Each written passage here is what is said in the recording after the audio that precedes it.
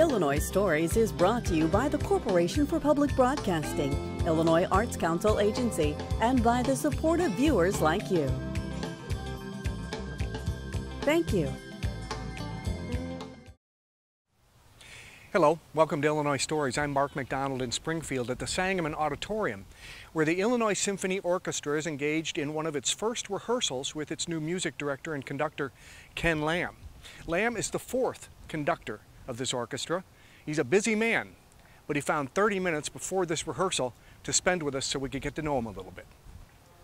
Well, Ken Lamb, the latest music director and conductor of the Illinois Symphony Orchestra. Congratulations. Well, thank you, Mark. It's good to be here. Last year was kind of a wild year. We had 4 conductors vying for a position, which you finally got chosen for. And were you nervous during last year when you had when you were conducting and you knew that everybody was judging you and everybody was going to get graded? Was that a nerve-wracking experience? Well, the actual, I wasn't nervous about that aspect. You know, I think conductors always get nervous about rehearsals. And because we have, 2.5 hours in rehearsal to get things done, maybe 4 rehearsals. Mm-hmm. And so with the repertoire that we're doing, we're doing a Sibelius symphony, we're doing a Telemann concerto, whatever it is, you're working with soloists that maybe you have never worked with, mm-hmm. and you're working, frankly, with a group that I'm not completely familiar with. Right. And so you're nervous because you wanted to do the best you can to represent the music and to represent this orchestra. So that's why I get nervous, but not really. You don't really have time to think about being judged and all that. Is that right? Yeah. I'm glad you brought up the topic of rehearsals, because as we sit here in Sangamon Auditorium, your orchestra is getting ready to rehearse, and this will be one of the first rehearsals you've had with them, right?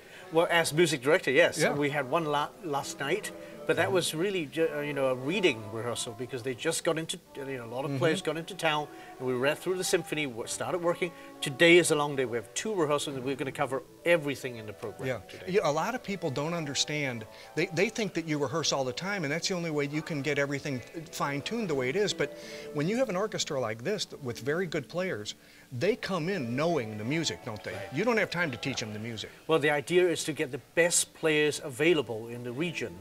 And of course, they're not reading the music as they come in. They've had the parts, they probably played the Tchaikovsky symphony, 10, 20 times in their career. So really, it's playing the same thing with different colleagues, with a different conductor. Everyone has his own ideas or her own idea, and I have my own ideas. It's just getting into a little melting pot, and what is it going to happen? We all react to each other and make something really great out of it. We're going to talk first a little bit about your background, because it's a very interesting background. I had never met a conductor who was an international finance attorney until I met you, and I bet nobody else did either. You spent, what, a decade in that world, being an attorney and traveling all over the country for all over the world for a very large law firm. That's right. It is not that unusual for musicians to come from another discipline. For instance, and many composers studied law, for instance. But I think it's more unusual in my case, where I actually spent 10 years in the law, actually practicing law, and then do the switch, because it gets harder. It's even less usual for instrumentalists to have done 10 years of something else and then become a concert pianist, because really our fingers rust and they get little, it gets harder and harder. But I guess for a conductor, since I don't really make a noise, I just kind of wave, it's possible. But you were an attorney practicing for 10 years, and we all know that as we get older, it gets harder to shift horses in the middle of a stream, doesn't it? Because you're less apt to make big life changes as you get older. But you made one. I mean, that was a very courageous one, I think. I've always loved music. The reason I didn't become, I didn't study the violin in college, because my parents said, do something to make a living. Make money. Yeah, that's right. and of course they're right. I mean, if you ask the musicians on stage, every one of them have gone through years and decades of training, and they're fortunate enough, and they're probably the best in their profession to win an audition to play with an orchestra like the Illinois Symphony. And now for me, it's always been a passion, and it's something that I sort of really wanted to have a go at. So I took the view, well, the law doesn't change very often, and if I take a year out, I can always go back and do the law. So I took a break and came to this country and studied conducting, and 1 year became 2, and now 12 years later I'm still on holiday. Wow. So It does feel like a holiday, huh? But it certainly does not Compared feel to like sitting work for me. Yeah, behind the desk, absolutely. huh? And figuring out, in some cases, very tedious legal issues. Well, it's Yeah. certainly So true. you went to the Peabody Institute in right. Baltimore, is that right? That's right. And you went to conduct. You didn't go to play violin, you went to conduct. That's right. Well, that's how most conductors, in this country at least, get their start. Of course, you first of all try to get noticed by these teachers, conducting teachers, who teach us at major conservatories. And you do that by attending conducting workshops in the summer. And I did that for a few summers. So I take my annual leave from the law, go to Europe and work with these teachers, and they hire an orchestra, and everybody gets to conduct a little bit. Of course, you pay for the experience. And luckily, as a lawyer, I was able to do that. And so I would spend 2 weeks in Bulgaria or the Czech Republic and meeting these teachers. And one of them said to me, if you want to get better, you should come to Peabody. And that's what I did. Yeah, but not everybody gets admitted to Peabody. It's a very difficult process. It's a different, he gets, I think, probably 200 applicants every year, and usually there are about 2 or 3 spots in the program. And what you do, first of all, you've got to get invited to audition, and then you fly yourself from wherever you are, all over the world, to Baltimore, and you get one shot. You get in front of the orchestra for 15 minutes, and you have an interview. And then that's all the time you have to make an impression. And you somehow have to convince these people, out of all these candidates, why it should be you that's given the chance. And so it's not easy, but at the time, I had a story to tell. And a lot of people said, well, he's giving up his lucrative career in law. He must be really passionate about music. Yeah. And I have to say, I kind of took advantage of that story a little bit. I still am, I suppose. That's right. I tell it every chance I get, right? So you get out of Peabody, and then you become an assistant conductor, what, in Cincinnati? In Cincinnati with the Cincinnati Symphony. Again, very, very fortunate. Getting an assistant, if you think getting into a conservatory to conduct is hard, getting a job, a real job as a conductor is even harder. But again, I was very lucky. I always tell colleagues and students, there are so many people who want, young music students who want to become conductor. And I said, well, of course, all you can do is prepare and study as hard as you can. But almost always, you've got to be in the right place at the right time and meeting the right people. And I was very lucky in that I have been more than once in the right time at the right place at the right time. Yeah.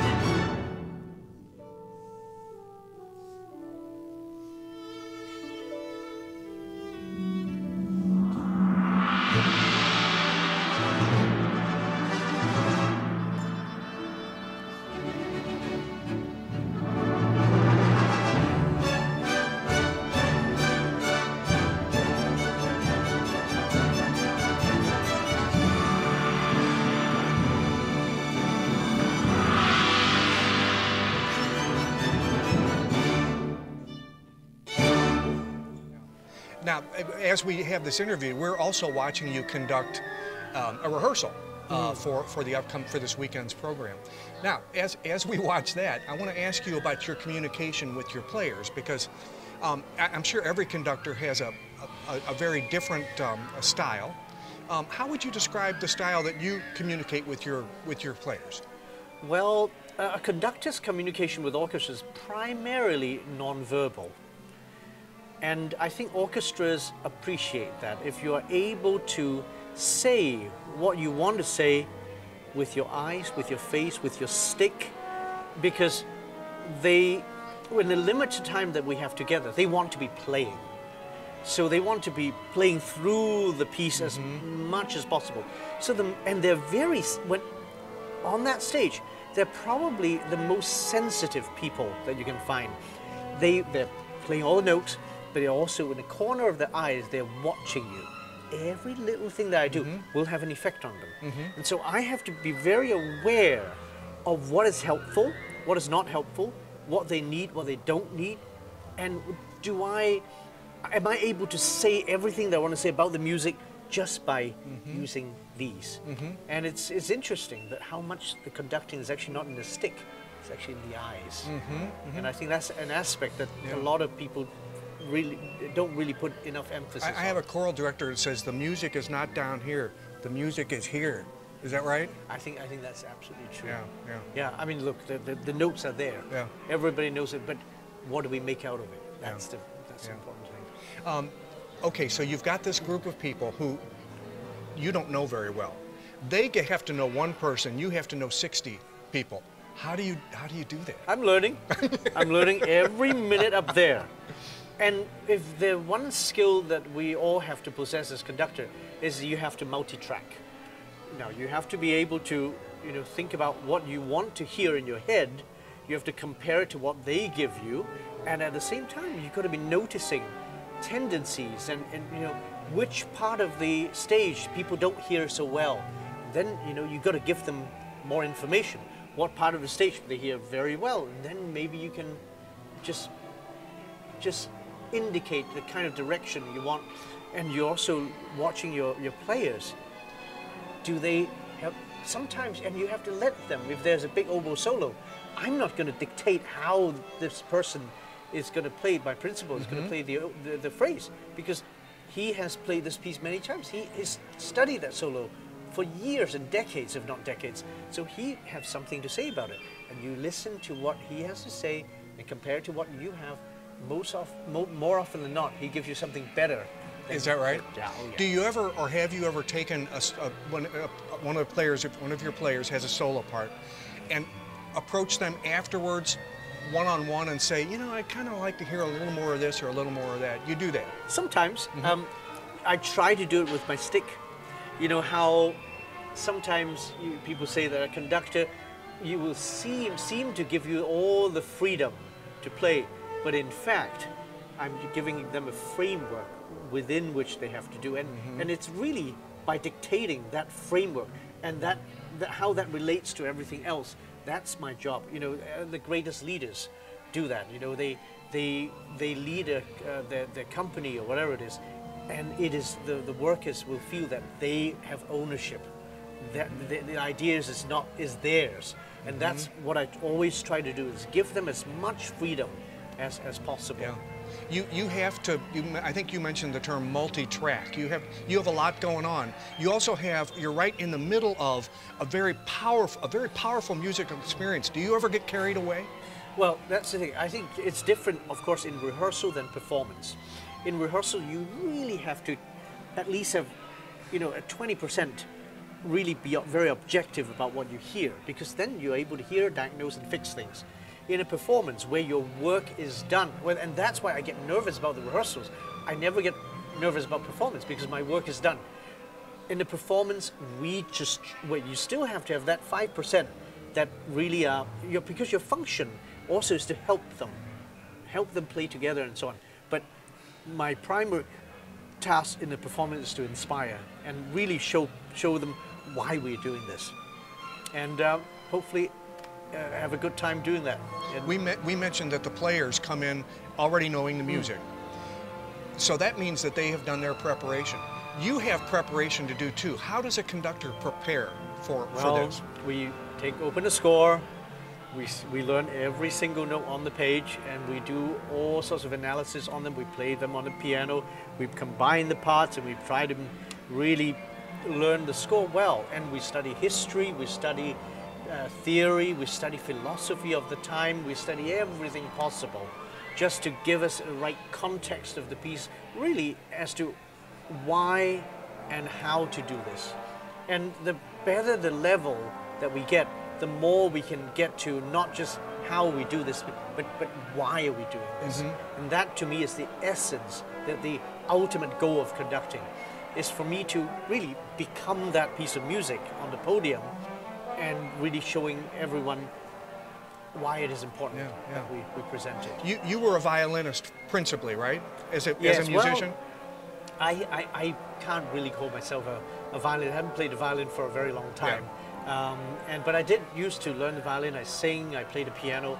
Okay. I think every conductor, these are sort of basic skills that a conductor really should have. No, I cannot claim to be an expert of any. Do you find, though, having been a violinist, that you're a little harder on the violin section or a little easier? Do you have a sort of a relationship with them that you don't have with the rest of the sections? It's interesting.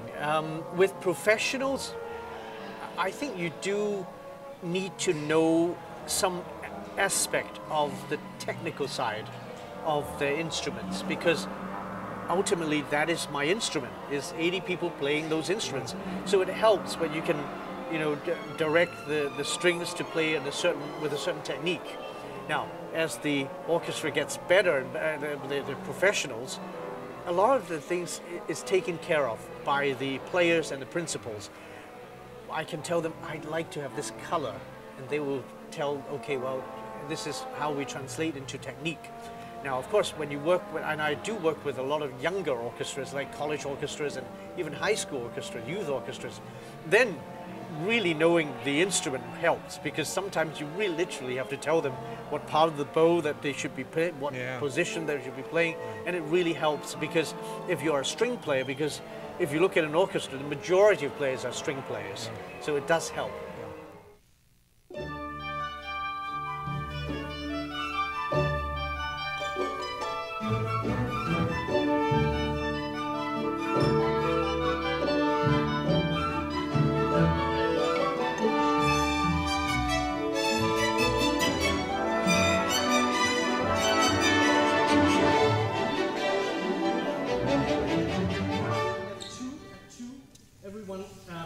Clarinets, could you just play 2 for us? Number 2. Versus, listen please, this is clarinets at 2. And jump.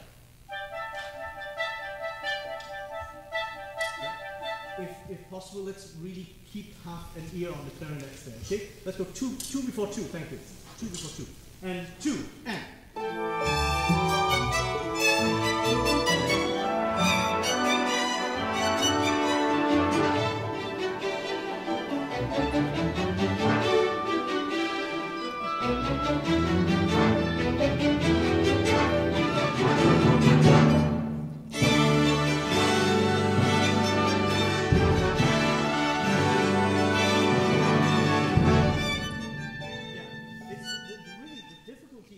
Getting these really in time. It's getting better and better. But occasionally we're just a little bit late. It's actually very difficult to hear the clarinets. Can you play a little louder at 2? Yeah, thank you. One more time. 2. And 2. And.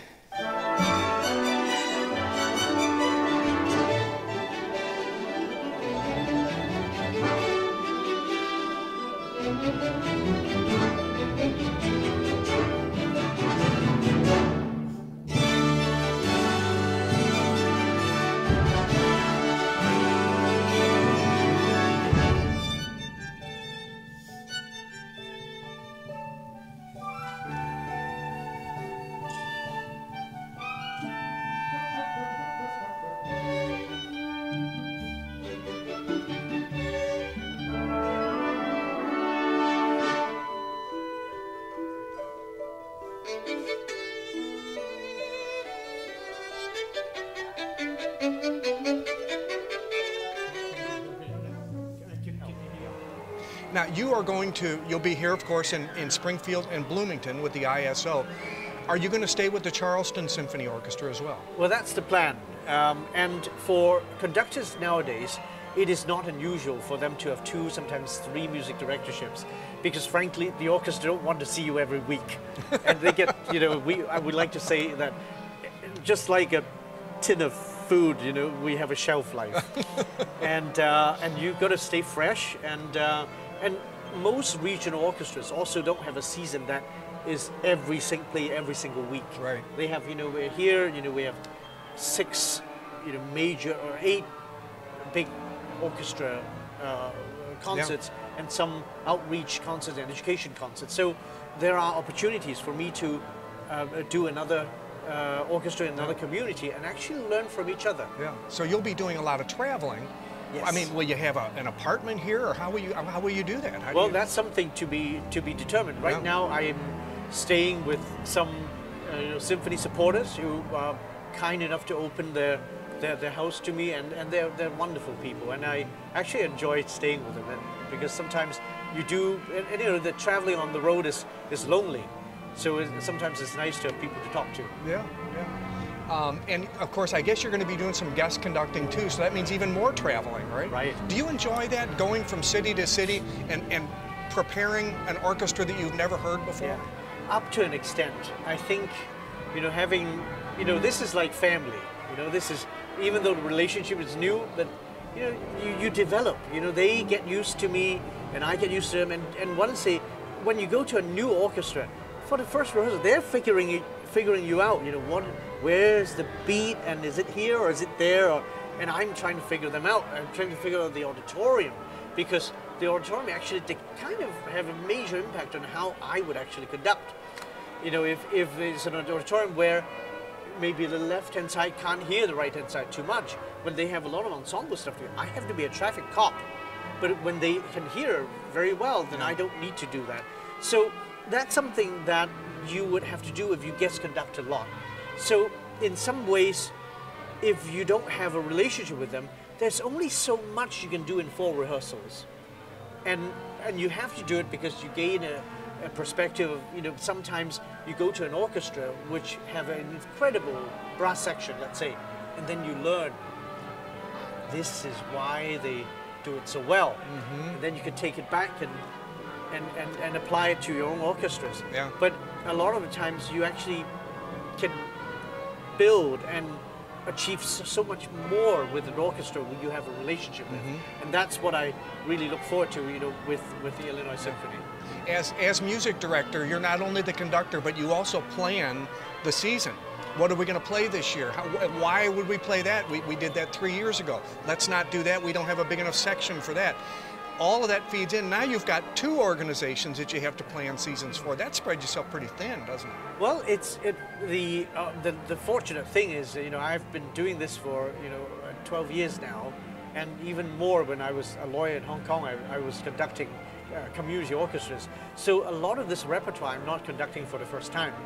So, well, yes, but you're absolutely right. You have to plan your season so you're not overwhelmed. I mean, I can't do program week after week of new pieces every week. It's just not possible. Yeah. So you have to just be very careful. But of course, you cannot be selfish. I can't just say, I want to do these works. I like that, so we're going to do that, right? Yeah. No, of course, I have a big degree of influence, but we just had lunch with the musicians, some of the representatives from the orchestra, the orchestra committee and the string principals, and I asked them, what would you like to play? Because it's important too that they take ownership of our programming. And I also program what the community would like to hear. That's really important too, because my job, of course, is not just to conduct the orchestra, not to pick, it's also to be an ambassador for the orchestra in the community. Because music, and I said this all the time, we have such a great opportunity to bring people together as artists, as musicians. Mm-hmm. And that's ultimately what we want to do. You said earlier that you were also a singer, and I assume you still sing, because singers sing their whole life. Even when they can't sing anymore, they still sing. But, you know, we used to have a chorus with the ISO, Right. and I thought it was a pretty darn good one. Is there any thought of bringing that back? Well, that has not escaped my attention. I love choral music. I have a choral music background, having grown up in England. And so I've been talking to, you know, a number of board members who would also like to see, you know, choral music to thrive in this, not just choral music, but choral music with orchestra. Yeah. And you know, I've met with the choral director at ISU in Normal, and they're very supportive, and we're sort of talking about collaborations already. But as with everything, every town there is, you know, history. There are, you know, players that needs to be connected, and so I know things don't happen overnight. Right. So I'm building those connections now. Yeah. Hopefully, one day in the not too distant future, we will see choral music featured. Yeah, that'd be terrific. Your orchestra is really getting ready. They're champing at the bit, so to speak. Right. They want you, I think. So, Conductor Lamb, thank you very much for giving us time, and I know you've got a full afternoon planned. And best of luck in Springfield and Bloomington. Thank you so much. Yeah. It's a pleasure. Yeah. And I look forward to many chats with you. It's great to have you here. Thank you. The next few seasons. Thank you. This is a big year for Maestro Lamb, of course, his first with the Illinois Symphony Orchestra, but it's also a big year for the orchestra. Its 25th year serving Springfield and Bloomington. With another Illinois Story in Springfield, I'm Mark McDonald. Thanks for watching.